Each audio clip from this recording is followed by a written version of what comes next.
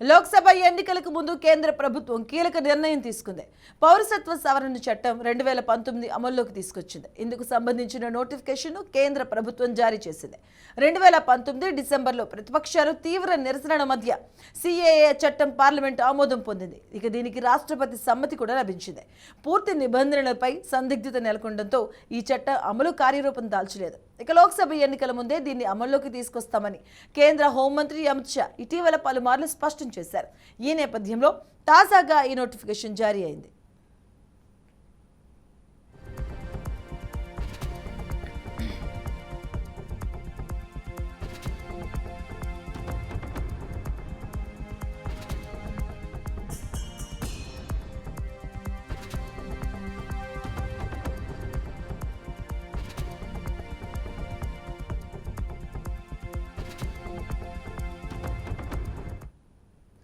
తాజా నోటిఫికేషన్ ప్రకారం పాకిస్తాన్, బంగ్లాదేశ్, ఆఫ్ఘనిస్తాన్ల నుంచి వలస వచ్చిన ముస్లిమేతర శరణార్థుల వద్ద తగిన పత్రాలు లేకపోయినా వారికి సత్వరం పౌరసత్వాన్ని ఇచ్చేందుకు ఈ నిబంధనల్ని కేంద్రం రూపొందించింది. 2014 డిసెంబర్ 31 కంటే ముందు ఈ 3 దేశాల నుంచి మన దేశానికి వచ్చిన హిందువులు, క్రైస్తవులు, సిక్కులు, జైనులు, బౌద్ధులు, ఇక పార్సీలకు ఇవి వర్తించనున్నాయి.